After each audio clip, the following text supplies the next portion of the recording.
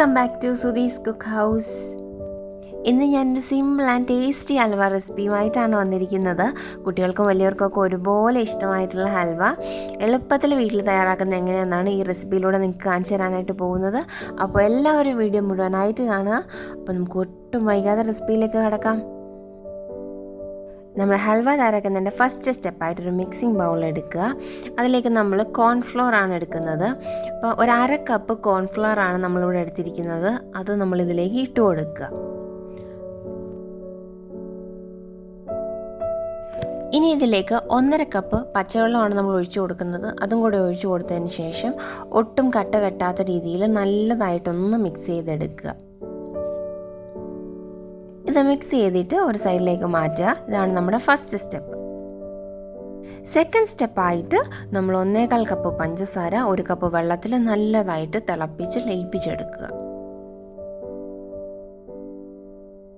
പഞ്ചസാര നല്ലതായിട്ട് ലയിച്ച് കഴിയുമ്പോഴത്തേക്ക് നമ്മൾ 1/2 ടീസ്പൂൺ ഏലക്കാപ്പൊടി ഇതിലേക്ക് ചേർത്ത് കൊടുത്തിട്ട് ഒന്ന് ഇളക്കിയെടുക്കുക.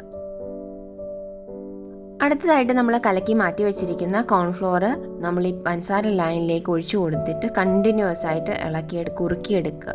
ഇത് പെട്ടെന്ന് തന്നെ കുറുകി കിട്ടും. അപ്പോൾ നമ്മൾ കണ്ടിന്യൂസ് ആയിട്ട് തന്നെ ഇളക്കിയെടുക്കണം. അല്ലെന്നുണ്ടെങ്കിൽ അടിക്കൊക്കെ പിടിക്കും. അല്ല അതുപോലെ തന്നെ കട്ട കെട്ടാനുമുള്ള ചാൻസ് ഉണ്ട്. അപ്പോൾ കട്ടയൊന്നും ഇല്ലാത്ത രീതിയിൽ വേണം നമ്മൾ ഇങ്ങനെ ഇത് ഇളക്കിയെടുക്കാനായിട്ട്. ഇപ്പം നമ്മുടെ കോൺഫ്ലോർ നല്ലതായിട്ട് കുറുകി വരാനായിട്ട് തുടങ്ങിയിട്ടുണ്ട്. അപ്പോൾ നമ്മൾ സൈഡിലൊക്കെ കൂട്ടി വേണം നമ്മൾ ഇളക്കാനായിട്ട്. അടി കൂട്ടി നല്ലതായിട്ട് ഇളക്കി നമ്മൾ എടുക്കണം. ഇതൊന്ന് കുറച്ചും കൂടെ ഒന്ന് കുറുകി വരണം. ഇതുപോലെ ഒന്ന് കുറുകി വരുമ്പോഴത്തേക്ക് നമ്മളിതിലേക്ക് 1/2 ടീസ്പൂൺ ഫുഡ് കളറാണ് ചേർത്ത് കൊടുക്കുന്നത്. ഞാനിപ്പോൾ ടൊമാറ്റോ റെഡാണ് ചേർത്ത് കൊടുക്കുന്നത്.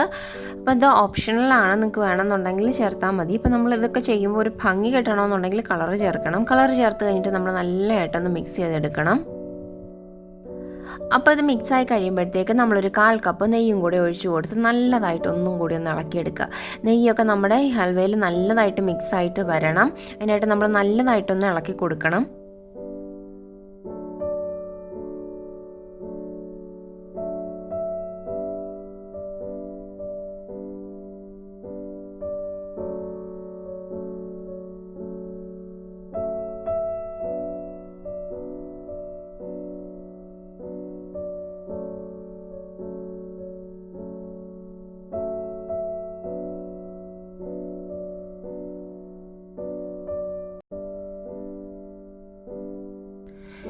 അപ്പോൾ നമ്മൾ ഇതുപോലെ ഒരു പാത്രം ഞാൻ നെയ്യ് തേച്ചിട്ട് റെഡിയാക്കി വെച്ചിട്ടുണ്ട്, ഗ്രീസ് ചെയ്ത് വെച്ചിട്ടുണ്ട്. നമ്മളിതിലേക്ക് നമ്മളുടെ ഹൽവ ചൂടോട് കൂടി ഒഴിച്ചു കൊടുത്തിട്ട് ഒന്ന് മുകൾവശം ഒന്ന് ഷേപ്പ് ചെയ്തെടുക്കുക.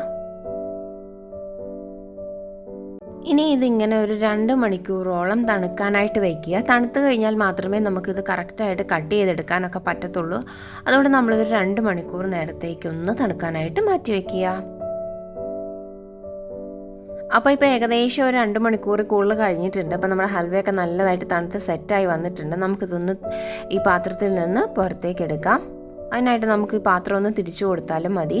നമ്മൾ പാത്രം ഇതുപോലെ ഒന്ന് ഫ്ലിപ്പ് ചെയ്ത് കൊടുക്കുക. അപ്പം തന്നെ നമ്മുടെ ഹൽവ ഇതിലേക്ക് വിട്ട് കിട്ടും. നമ്മൾ ഗ്രീസ് ചെയ്തിട്ടാണ് പാത്രത്തിൽ ഒഴിച്ചു കൊടുത്തിരുന്നത്. അല്ലെന്നുണ്ടെങ്കിൽ നിങ്ങൾക്ക് ബട്ടർ പേപ്പർ ഇട്ട് സെറ്റ് ചെയ്തിട്ടും ഒഴിച്ചു കൊടുക്കാവുന്നതാണ്. അപ്പം നമ്മുടെ ഹൽവ ഇവിടെ നല്ലതായിട്ട് വന്നിട്ടുണ്ട്. നല്ല എന്താ പറയുക, നല്ല നമ്മൾ കടയിൽ നിന്നൊക്കെ വാങ്ങിക്കുന്ന അതേ ഒരു ടെക്സ്ചറിൽ നമുക്ക് കിട്ടിയിട്ടുണ്ട്. അപ്പം നമുക്കിതിനെ ഒന്ന് കട്ട് ചെയ്തെടുക്കാനായിട്ടാണ് പോകുന്നത്. ഞാനൊരു റൂളർ ഉപയോഗിച്ചിട്ട് ഇതുപോലെ ഒന്ന് കട്ട് ചെയ്തെടുക്കുന്നുണ്ട്. അപ്പം നിങ്ങൾക്ക് എത്രത്തോളം വലിപ്പത്തിൽ വേണം എന്നുള്ളതിനനുസരിച്ച് വേണം നിങ്ങൾ കട്ട് ചെയ്തെടുക്കാനായിട്ട്. ഇപ്പം ഞാനിങ്ങനെ കട്ട് ചെയ്തിട്ട് നടുക്ക് കൂടെ ഒന്നും കൂടെ ഒന്ന് കട്ട് ചെയ്തെടുക്കുന്നതേ ഉള്ളൂ. അപ്പോൾ നമ്മുടെ ടേസ്റ്റി ആയിട്ടുള്ള ഹൽവ റെഡി ആയിട്ടുണ്ട്. കുട്ടികൾക്കൊക്കെ വളരെയധികം ഇഷ്ടപ്പെടും. അതുപോലെ തന്നെ വളരെ വായിലിട്ട് അലിഞ്ഞു പോകുന്ന രീതിയിലാണ് നമ്മുടെ ഹൽവ ഇവിടെ കിട്ടിയിരിക്കുന്നത്. അപ്പോൾ എല്ലാവരും ഇതൊന്ന് മറക്കാതെ ട്രൈ ചെയ്ത് നോക്കണം. അപ്പോൾ ഇത്രയേ ഉള്ളൂ ഇതിൻ്റെ റെസിപ്പി എന്ന് പറയുന്നത്. വളരെ സിമ്പിളായിട്ട് തന്നെ ചെയ്തെടുക്കാനായിട്ട് പറ്റും. അപ്പോൾ എല്ലാവർക്കും ഈ വീഡിയോ ഇഷ്ടമായെന്ന് കരുതുന്നു. ഇഷ്ടമായെങ്കിൽ ലൈക്ക് ചെയ്യണം, ഷെയർ ചെയ്യണം, കമൻറ്റ് ചെയ്യണം. അതുപോലെ തന്നെ ഈ വീഡിയോ ആദ്യമായിട്ട് കാണുന്നവരാണെന്നുണ്ടെങ്കിൽ ഒന്ന് മറക്കാതെ സബ്സ്ക്രൈബ് ചെയ്യുക. ഒപ്പം അടുത്തുള്ള ബെൽ ഐക്കൺ കൂടെ ക്ലിക്ക് ചെയ്യുക. എന്നാൽ മാത്രമേ ഞാൻ മുന്നോട്ട് അപ്ലോഡ് ചെയ്യുന്ന വീഡിയോസിന് നോട്ടിഫിക്കേഷനൊക്കെ കിട്ടുകയുള്ളൂ. അപ്പോൾ നമുക്ക് മറ്റൊരു വീഡിയോയിൽ കാണാം. അതുവരേക്കും ബൈ.